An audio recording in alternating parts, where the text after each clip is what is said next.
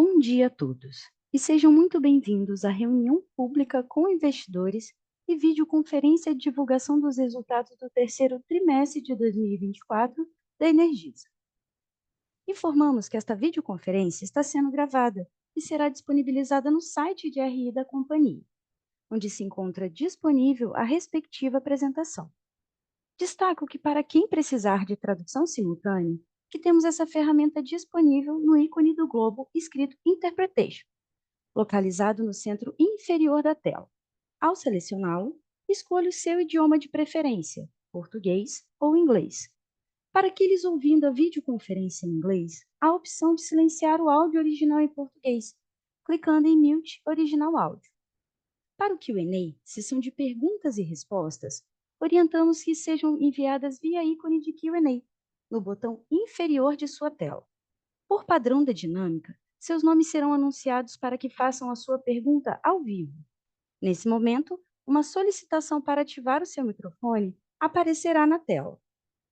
Considerando que alguns dos palestrantes estão remotos, oscilações ou instabilidades poderão ocorrer na videoconferência, impactando no tempo de respostas, especialmente durante a sessão de perguntas e respostas. Contamos com a sua compreensão. Ressaltamos que as informações contidas nesta apresentação e eventuais declarações que possam ser feitas durante a videoconferência, relativas às perspectivas de negócios, projeções e metas operacionais e financeiras da Energisa, constituem-se em crenças e premissas da administração da companhia, bem como informações atualmente disponíveis. Considerações futuras não são garantias de desempenho. Elas envolvem riscos, incertezas e premissas, pois se refere a eventos futuros e, portanto, depende de circunstâncias que podem ou não ocorrer. Investidores devem compreender que condições econômicas gerais, condições de mercado e outros fatores operacionais podem afetar o desempenho futuro da Energisa e conduzir a resultados que diferem materialmente daqueles expressos em tais considerações futuras. Agora, gostaria de passar a palavra ao Ricardo Botelho, diretor-presidente da companhia, para iniciarmos a nossa apresentação. Ricardo, pode prosseguir, por favor. Obrigado, operadora. Bom dia. Primeiramente, gostaria de agradecer a presença de todos e todas nessa apresentação de resultados do terceiro trimestre de 2024.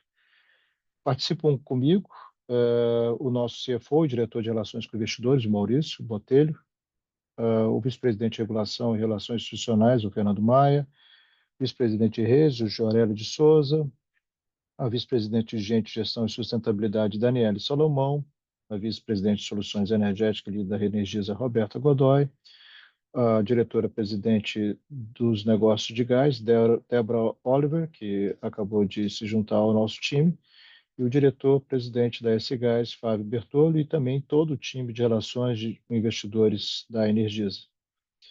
Peço por gentileza que estejam atentos aos avisos desse slide antes de qualquer tomada de decisão de investimentos na companhia.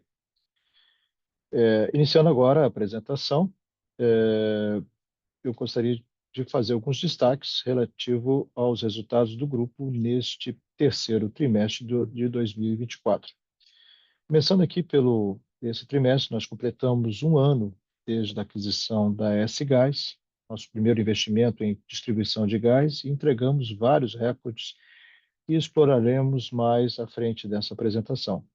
Ainda dentro dos negócios de gás, concluímos nessa última quarta-feira, dia 6, conforme fato relevante divulgado, a aquisição de 100% das ações da Infragás, que detém 51% da Norgás, holding detetora das participações societárias em distribuidoras de gás natural, localizado no estado de Sergipe, Alagoas, Rio Grande do Norte, Ceará e Pernambuco.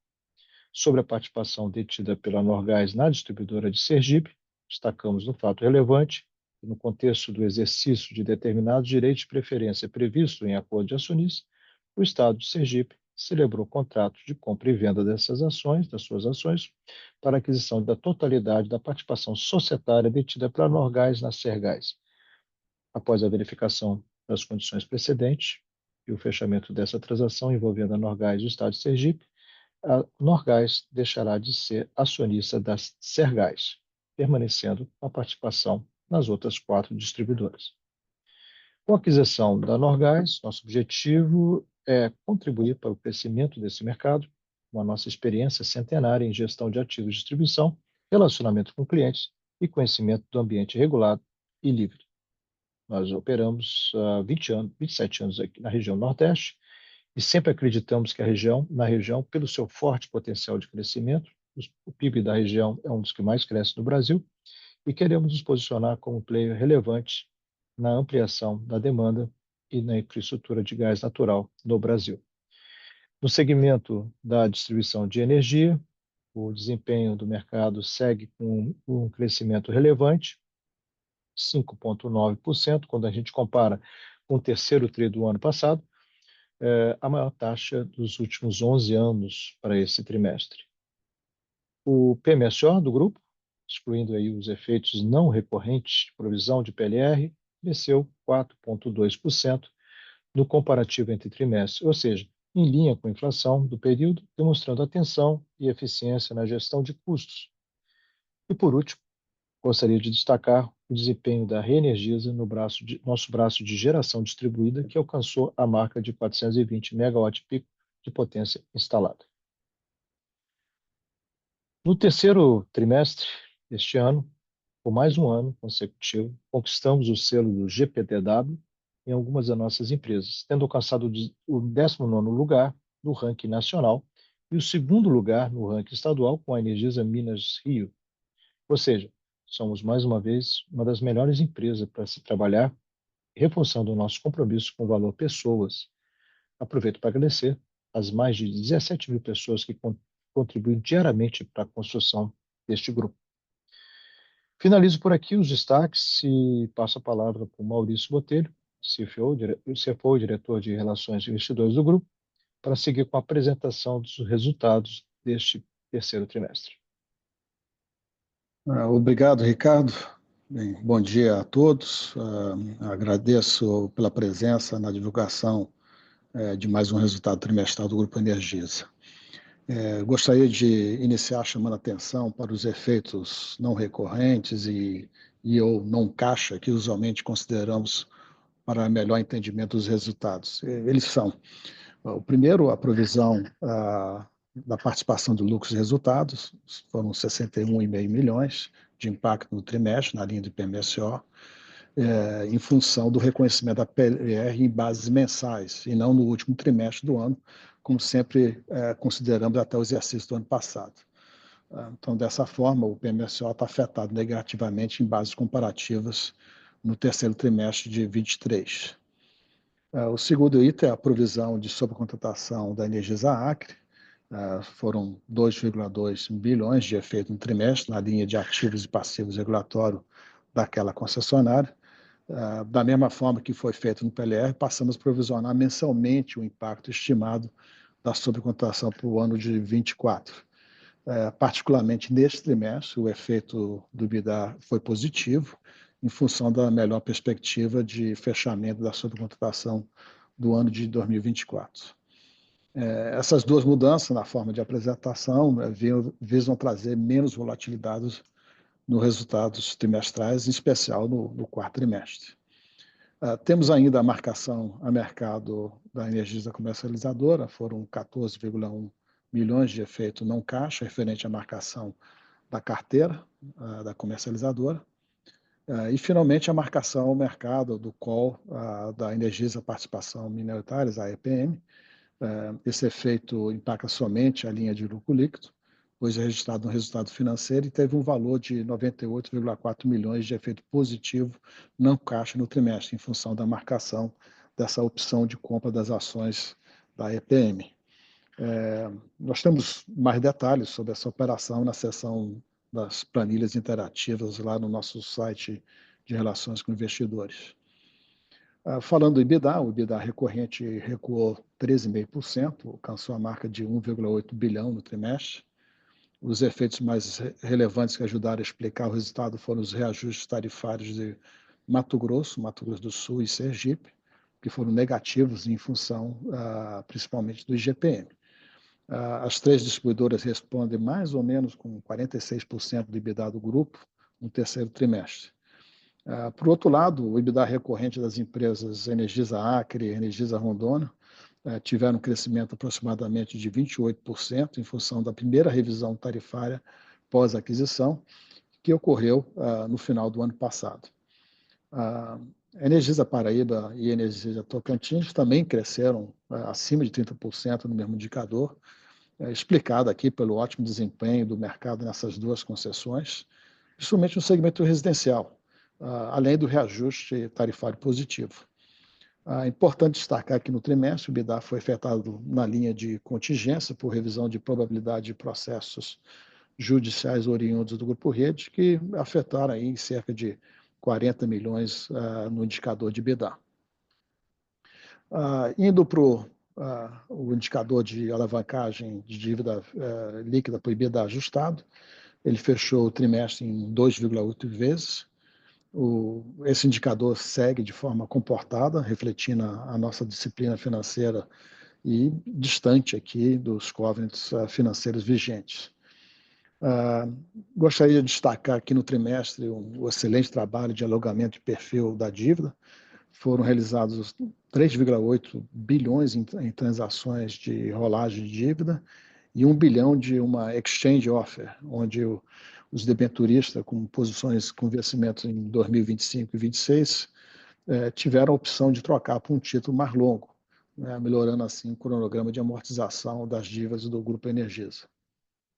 Aí no próximo slide vamos falar do PMSO, o Ricardo já mencionou, ele está aqui destacando aqui o efeito da provisão da PLR, que foi 61,5 milhões. Ele apresentou um incremento de 4,2% no comparativo em trimestre, ou seja, em linha aqui com a inflação. Destaque aqui também para a trajetória dos custos gerenciáveis no segmento de distribuição da Energisa, que passou por uma fase de ajuste para aderência à resolução 1000 da ANEEL ao longo do ano passado, para permitir aqui adequar a qualidade dos conjuntos e ficar menos suscetíveis a penalidades regulatórias. E agora retornou à trajetória de evolução de forma mais moderada. Totalizou 746 milhões de despesas no terceiro trimestre, após aqui o ajuste da PLR. No próximo slide, vamos falar do lucro líquido. Em termos de lucro líquido ajustado recorrente, ele foi de 542 milhões no trimestre, 2,3% a mais que o mesmo trimestre de 2003. Esse resultado é explicado em parte pela despesa financeira menor, foram 152 milhões em 2024, em virtude da redução do custo e do saldo médio do endividamento do Grupo Energisa, conforme está mostrado aqui no slide, na tela, bem como os efeitos de EBITDA, conforme já mencionei. Próximo slide, vamos falar dos investimentos. No trimestre foram 18,2% maior que o 2023. Destaque aqui está para o segmento de distribuição de energia, agregou 44% a mais no trimestre em relação ao trimestre do ano passado, superou a marca de 1,5 bilhão no trimestre e são quase 4 bilhões acumulados aqui no ano. No segmento de transmissão, os investimentos tiveram uma queda moderada, ainda reflexo da conclusão das obras da Energisa Tocantins 1 e Energisa Pará 2 em 2023. Em geração distribuída, a conclusão de 37 usinas em 2023 resultou uma redução nos investimentos na comparação a 2024, mas ainda assim investimos mais de 100 milhões no trimestre. No acumulado até setembro, os investimentos foram 4,7 bilhões. Seguimos aqui empenhados em realizar os 6 bilhões de investimentos previstos no ano, que já foram divulgados ao mercado. Próximo slide, vamos falar um pouco aqui dos efeitos climáticos sobre o resultado do grupo, principalmente no segmento de distribuição, onde passamos a reportar desde o ano passado. O terceiro trimestre de 2024 foi influenciado por ondas de calor, altas temperaturas, conforme esse indicador que a gente chama de Cooling Degree Days, ou CDD, crescendo significativamente frente à média histórica. Porém, como observado nos mapas, o terceiro trimestre do ano passado também tinha sido marcado por um clima extremo. Então, dessa forma, quando comparamos trimestres, a necessidade de resfriamento foi menor dessa vez, uma vez que em agosto de 2023 foi justamente quando iniciamos as ondas de calor e de clima atípico. Essa dinâmica se reflete no gráfico da sazonalidade do mercado faturado, do lado esquerdo, que mostra aqui o mercado avançando de forma expressiva a partir do segundo semestre de 2023 e se mantendo ao longo de 2024. No entanto, nesse final de ano, a base de comparação é elevada, né? Vale destacar aqui, além da questão climática, o bom desempenho também da indústria foi decisivo aqui para o crescimento no trimestre. O próximo slide, vamos falar de perdas. O Grupo Energisa encerrou o trimestre do ano com um índice de perda total de 12,83%, representou uma redução de 0,11 pontos percentuais em relação às perdas registradas no segundo trimestre de 2024. As ondas de calor registradas nas concessões do grupo têm provocado grandes variações na apuração do indicador de perdas elétricas em função do descasamento temporário entre a energia requerida pelas concessões e o mercado faturado e não faturado. Se corrigirmos esses efeitos ditos aqui sazonais, né, o índice de perda ele cai de 12,56 nesse trimestre para 12,74 no trimestre anterior, representando aqui uma trajetória de queda. Próximo slide, vamos abordar a inadimplência.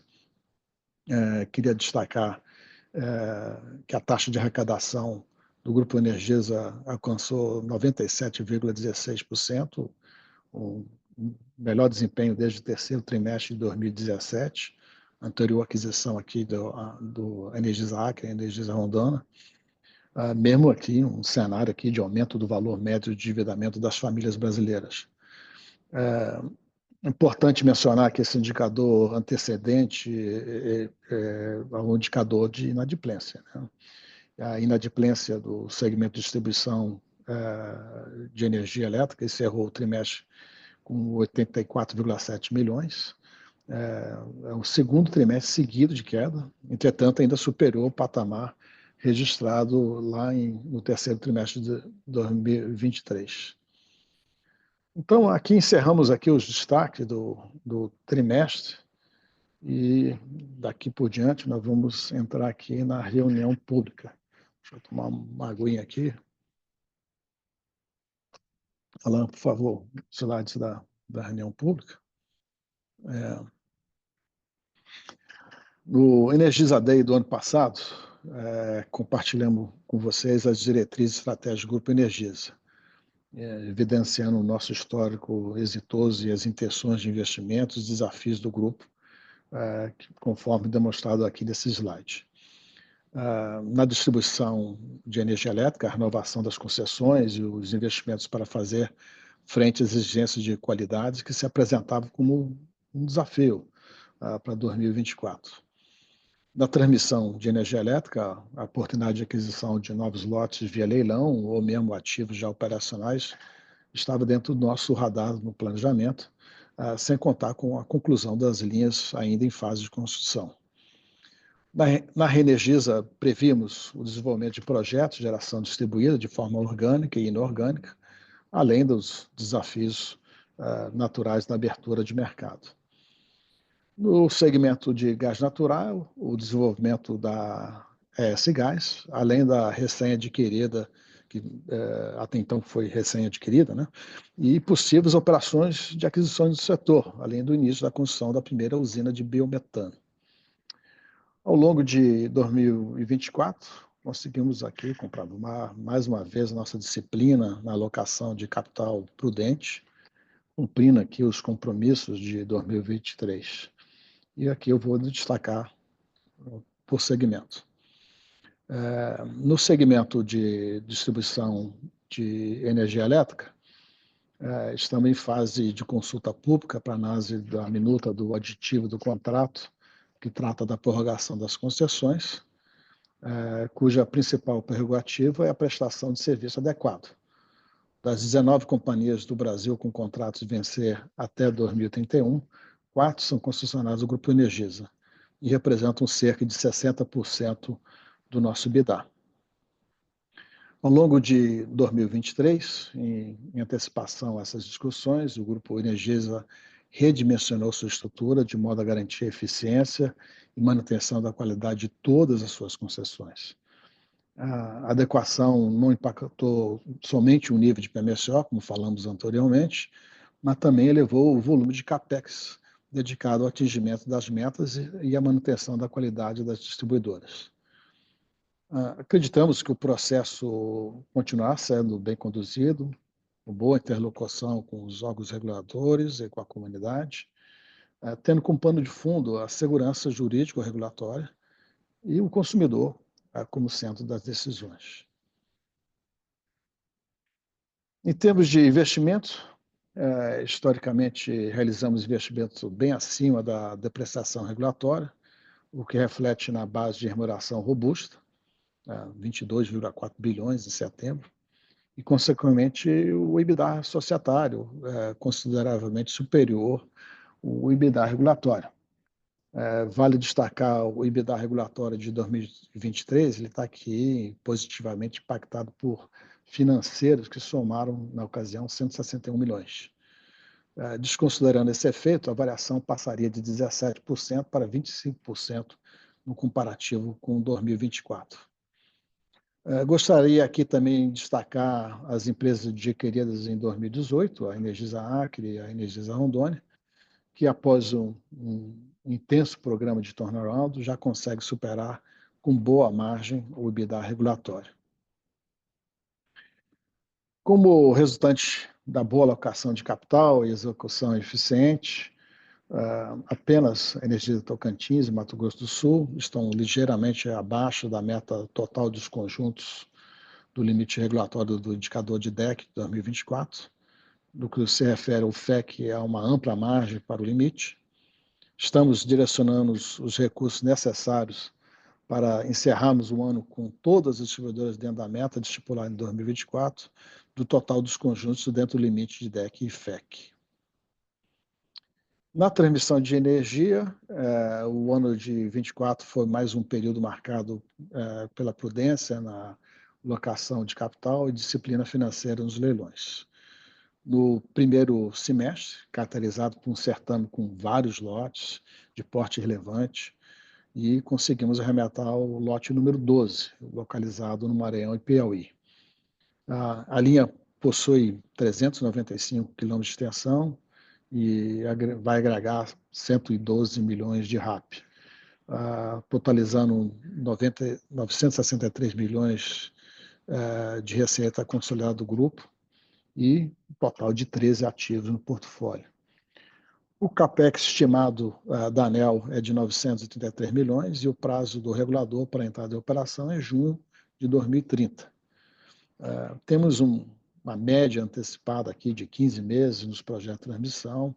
Estamos dedicando aqui esforço para entregar mais uma obra antes da data limite. No leilão de setembro, optamos por não participar, uma vez que as oportunidades apresentadas não agregariam um bom retorno para o nosso portfólio. Passando agora para o segmento de geração distribuída, em 2023 anunciamos a nossa estratégia era crescer a base instalada e também incluindo possíveis M&As. E ao longo aqui de 24, concluímos a aquisição de 26 megapico de potência instalada e instalamos mais 58 megapico.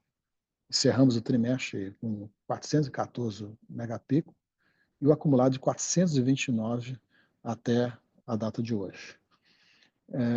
Essa capacidade equivale à emissão evitada de quase 85 mil toneladas de CO2 por ano.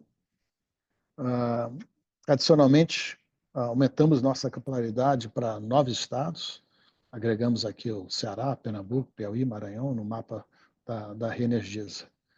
E também gostaria de destacar a nossa pesquisa de NPS, a nossa nota de lealdade aos clientes, que melhorou 40 pontos percentuais em relação ao trimestre anterior, reflexo do compromisso com a experiência do cliente.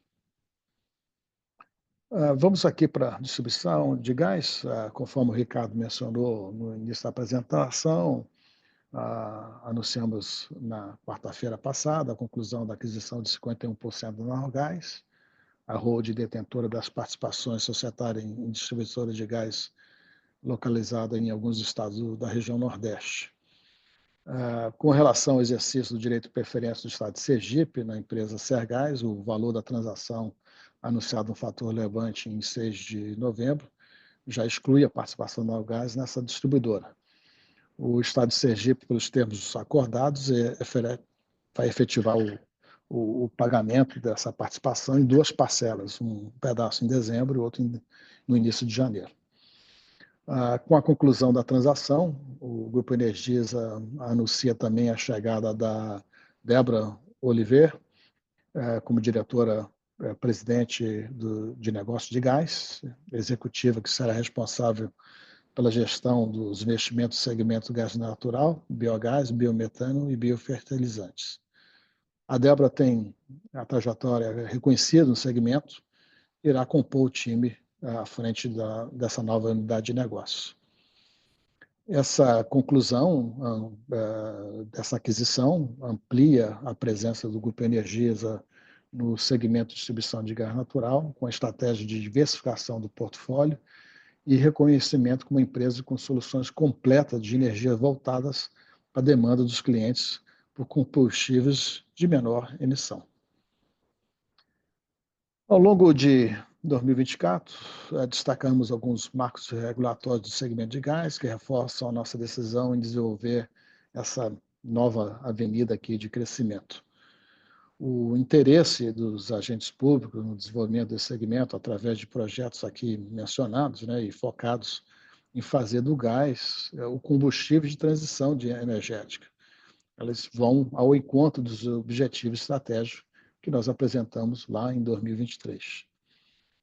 Destacamos no próximo slide o exemplo exitoso de políticas públicas do Estado de Espírito Santo, que está buscando implementar para os próximos anos.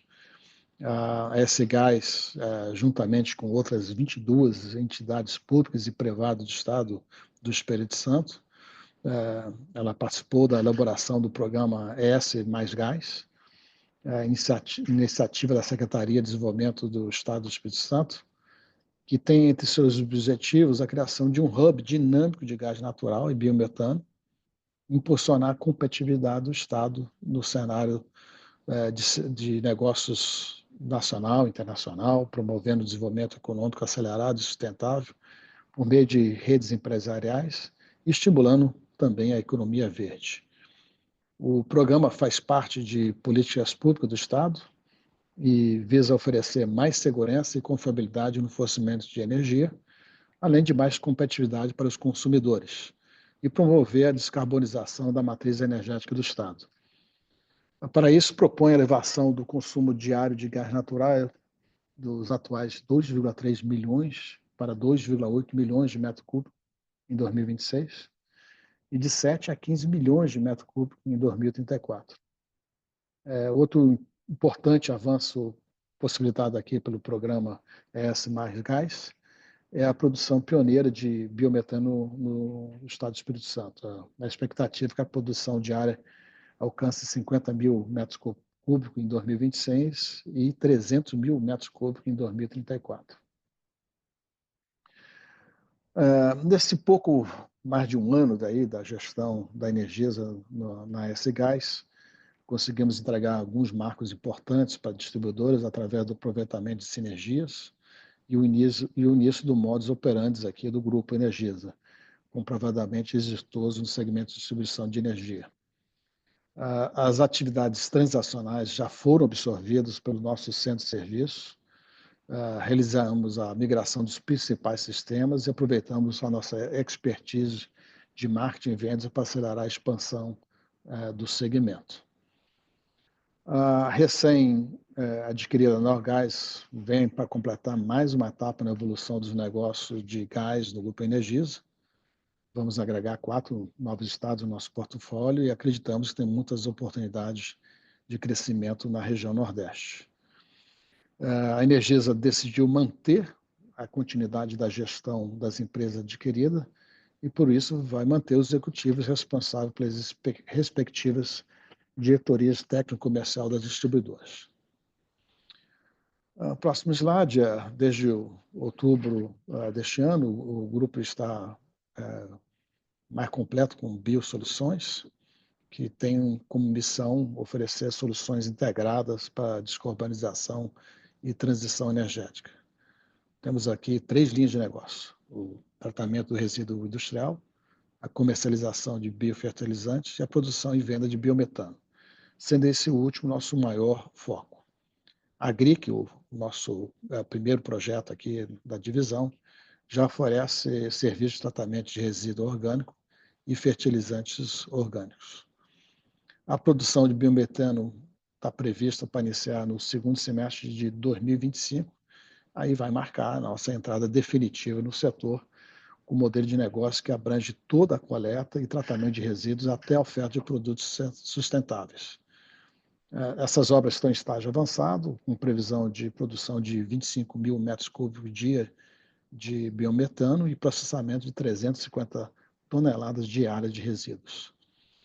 A Agric ajudará a descarbonizar cerca de 60 mil toneladas de CO2 equivalentes por ano, sendo 39 mil toneladas devido ao redirecionamento de resíduos, que iriam para aterros, né?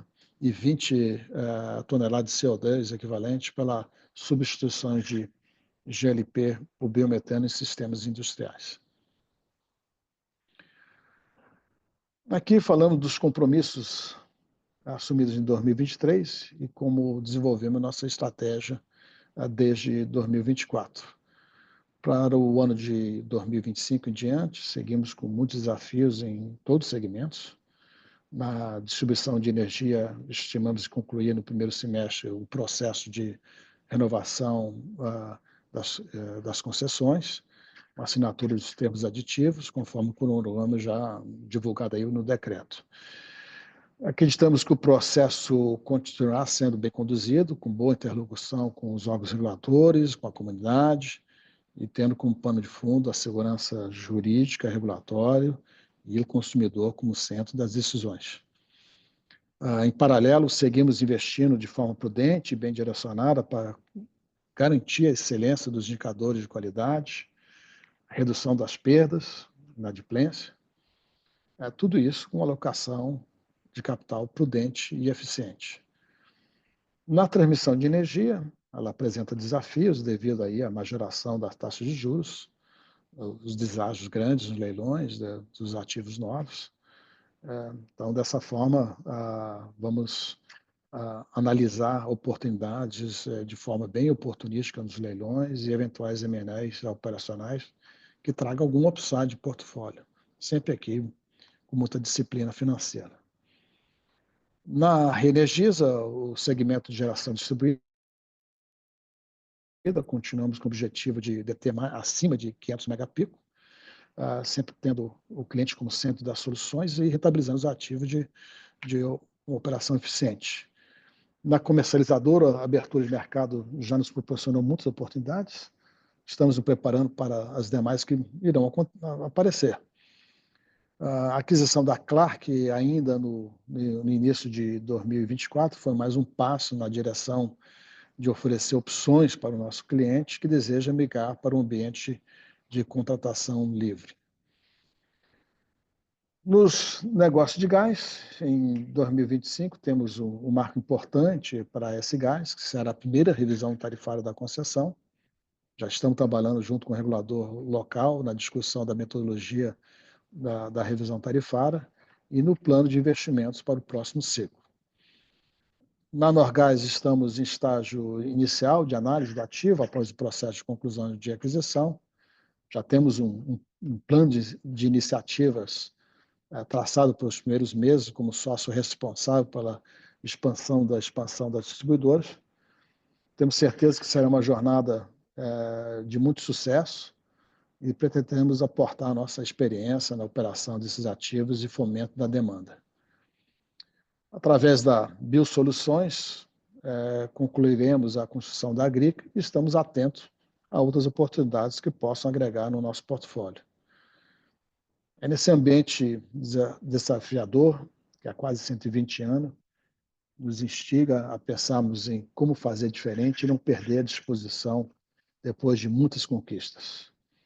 Eu gostaria de agradecer a presença de todos e vamos liberar, então, aqui para a sessão de perguntas e respostas. Operadora. Obrigada. Agora daremos início à sessão de perguntas e respostas. Pedimos, por gentileza, que as façam todas as perguntas de uma única só vez, aguardando a resposta da companhia.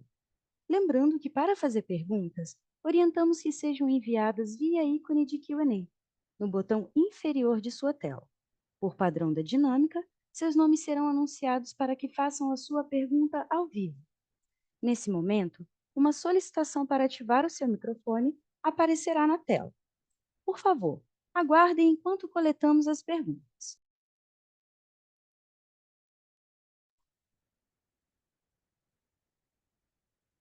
Vamos à nossa primeira pergunta. É do Daniel Travitsky, analista sell-side do Safra. Daniel, iremos habilitar o áudio para que você possa realizar a sua pergunta. Daniel, pode prosseguir, por favor? Obrigado pela oportunidade.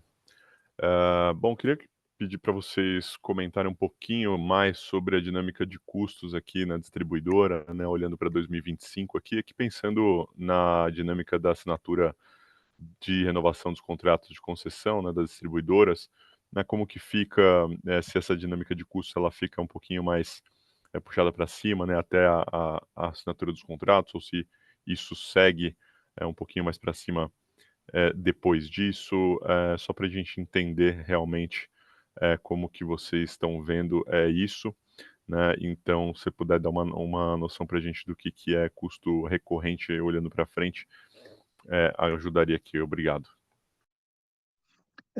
Boa tarde, Daniel. De fato, como a gente falou aqui ao longo da apresentação, né, após feito o grande ajuste lá em 2023 para atender a resolução 1000, já com essa mirada da necessidade de padrões de qualidade, que já foi anunciado pelo regulador há faz tempo, né? Então, grande parte do ajuste já foi feito, tá? Então, a tendência é ficar em linha com a inflação, tá? Tá bom, obrigado.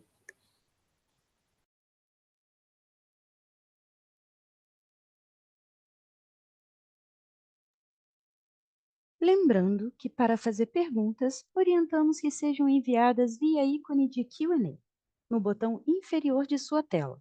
Por padrão da dinâmica, seus nomes serão anunciados para que façam a sua pergunta ao vivo. Por favor, aguardem enquanto coletamos as perguntas.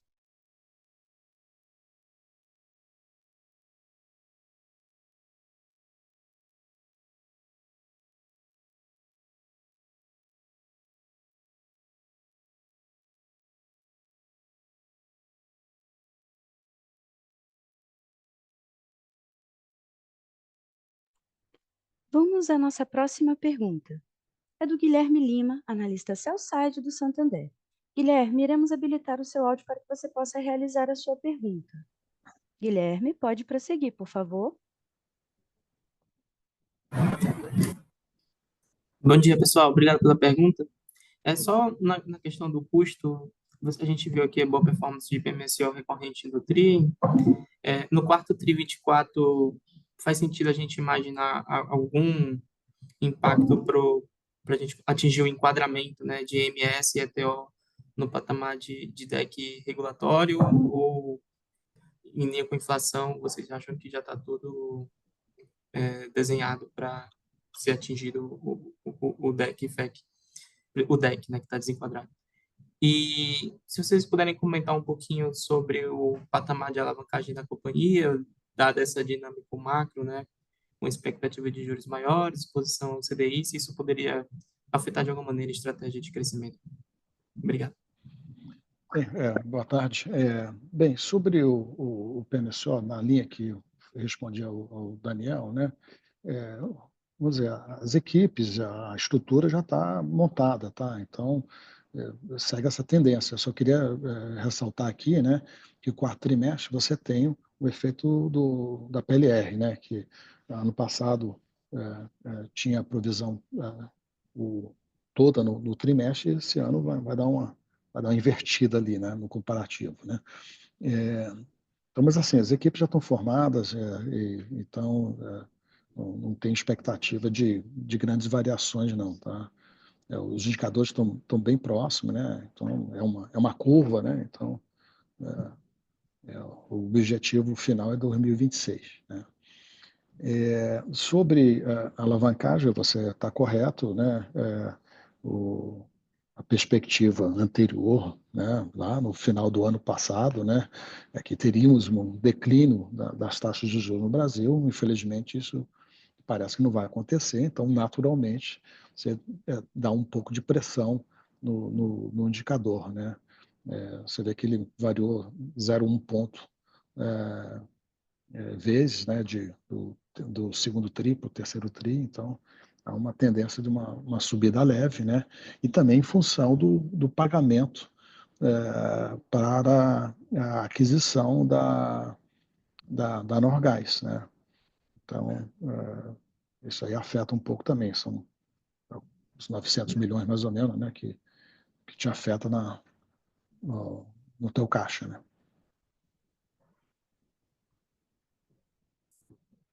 Perfeito, obrigado, Marito.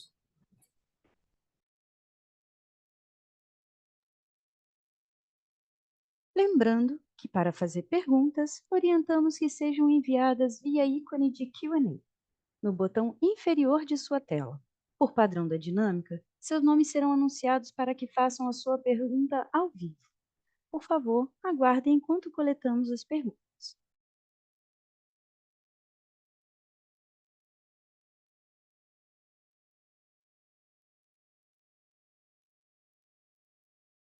Vamos à nossa próxima pergunta. É da Carolina Carneiro, analista sell-side do Safra. Carolina, iremos habilitar o seu áudio para que você possa realizar a sua pergunta.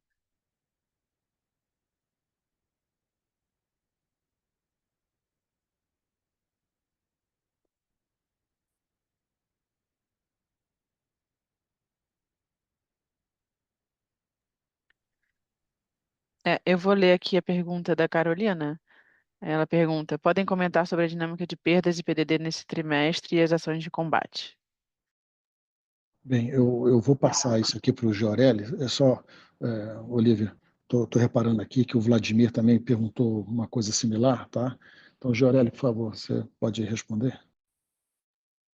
Ok. Boa tarde, Carolina. Boa tarde, Vladimir. Bom, sobre a questão das perdas, acho que a gente antecipou aqui, quando a gente dessazonaliza as perdas, a gente vê uma tendência positiva, né? Elas estão bem impactadas pelas ondas de calor, elevação de consumo, isso pressiona as perdas técnicas e, naturalmente, impacta também perdas não técnicas. Então, dessazonalizando, a gente tem uma trajetória boa. Com relação à questão das medidas de combate, né, acho que a gente já tem mesmo a tradição de fazer as inspeções, né, usando modelos de inteligência para poder fazer a seleção das listas, e a gente tem ampliado, e já tentando casar a resposta com a segunda pergunta, bastante o uso de sistema de medição centralizada, focando em blindagens, né, tanto na Mato Grosso quanto em Rondônia, onde as perdas são mais, vamos dizer assim, rebeldes, e a gente tem visto um bom resultado. Então, a gente tem uma perspectiva positiva em relação à evolução das perdas nessas duas empresas. Com relação à questão da PDD, né, a gente tem a nossa taxa de arrecadação, que a gente publicou aí desde 2017, foi o melhor valor, e o que a gente percebe é que essa melhoria da taxa de arrecadação ela começa a, a impactar positivamente no PSLD. Se a gente analisar no ano, a gente vê que a gente teve uma elevação, mas a tendência veio positiva também, apesar dessa pressão que existe do valor do aumento das contas. Então, a gente vê que o plano, né, que a gente tem, ele está tendo repercussão positiva nos indicadores, em que pese esses fatores, vamos dizer assim, externos gerados pela onda de calor e, consequentemente, o impacto no valor das faturas, no valor médio das faturas.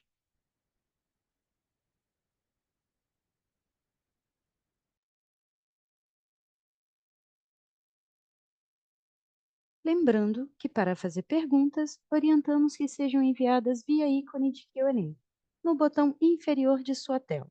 Por padrão da dinâmica, seus nomes serão anunciados para que façam a sua pergunta ao vivo.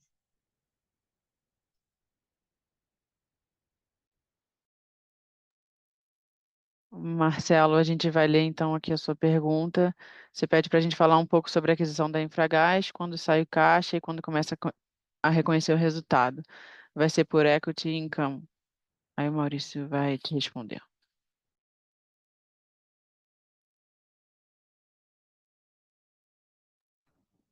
Bem, nós já fizemos o pagamento, né?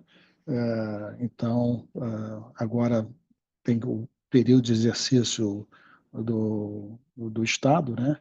Ele inicia mais ou menos meados de dezembro, 109 milhões, mais ou menos, tá? E a segunda parcela, que é logo no começo de janeiro, dia 6 ou 7, mais ou menos, né? São outros 21 milhões, tá? Estimados, tá?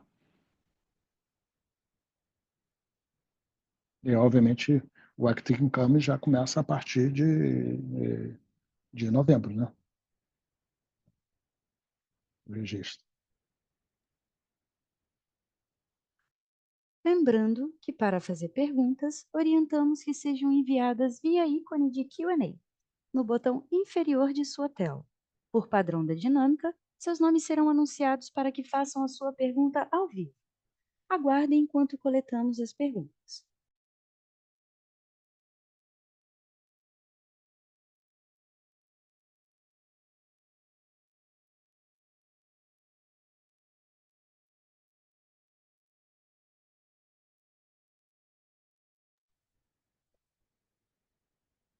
Lembrando que, para fazer perguntas, orientamos que sejam enviadas via ícone de Q&A, no botão inferior de sua tela.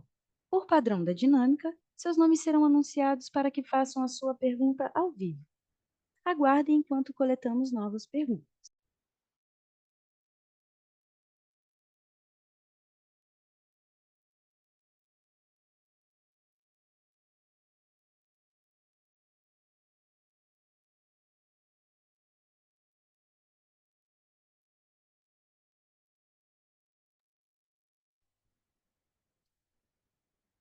Lembrando que, para fazer perguntas, orientamos que sejam enviadas via ícone de Q&A, no botão inferior de sua tela. Por padrão da dinâmica, seus nomes serão anunciados para que façam a sua pergunta ao vivo.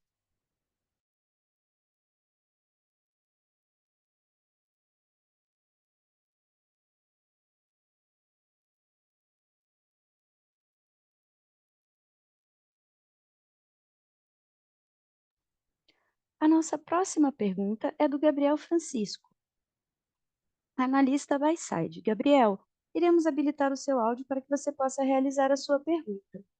Gabriel, pode prosseguir, por favor? Oi, obrigado. Eu até tinha mandado a pergunta por escrito, mas não tem problema, eu leio aqui. Eu queria entender uma coisa, Maurício, pessoal. Nos três passados, vocês estavam vindo com uma dinâmica de parcela B, ou vai de margem bruta nas distribuidoras por megawatt-hora, bem forte, até acima do que deveria ser o que sai nas notas técnicas das distribuidoras, né? Ainda não tive tempo de fazer uma análise completa, mas isso levava a uma revisão de earnings grande para as distribuidoras, né? E esse trimestre parece que essa dinâmica se reverteu, né? Que mesmo com o volume crescendo ainda e ainda você está com uma base de comparação difícil, né? Ou seja, o que teve as ondas de calor ano passado, a sua margem bruta ficou flat, né? Me parece que a sua margem bruta por megawatt-hora, do que eu deduzo, caiu bastante, né? E não me parece que é só a IGPM que explica isso. Vocês poderiam comentar um pouco sobre essa dinâmica? Obrigado. Eu vou passar aqui para o Fernando Maia para responder essa, tá? Bom dia, Gabriel. Você já mencionou, né, que primeiro e segundo TRI a gente teve, assim, comparativamente com o 23, uma diferença bem expressiva, né? Ali no início do segundo TRI, a gente teve os reajustes tarifários de 3 empresas, né, que são associadas ao IGPM, Mato Grosso do Sul e Sergipe, e que trouxe reajustes negativos de parcela B. E isso se faz sentir pela rampa, se faz sentir mais forte agora no terceiro TRI. Essa é uma das razões, né. Aí você menciona o consumo médio para o consumidor reduziu. Não percebemos isso. O terceiro TRI, também foi forte em termos de consumo, inclusive na comparação com 23. Quarto TRI é que a gente acha que vai ser mais em linha, porque em 23 houve uma rampa de crescimento, né, iniciando ali em setembro. Então, assim, a gente não vê nada de anormal, nessa relação não, tá.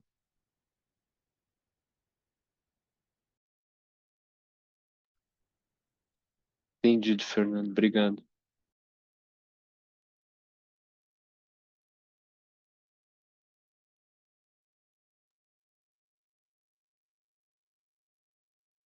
Não havendo mais perguntas, encerramos a sessão de perguntas e respostas. Volto a palavra ao senhor Ricardo Botelho para as considerações finais.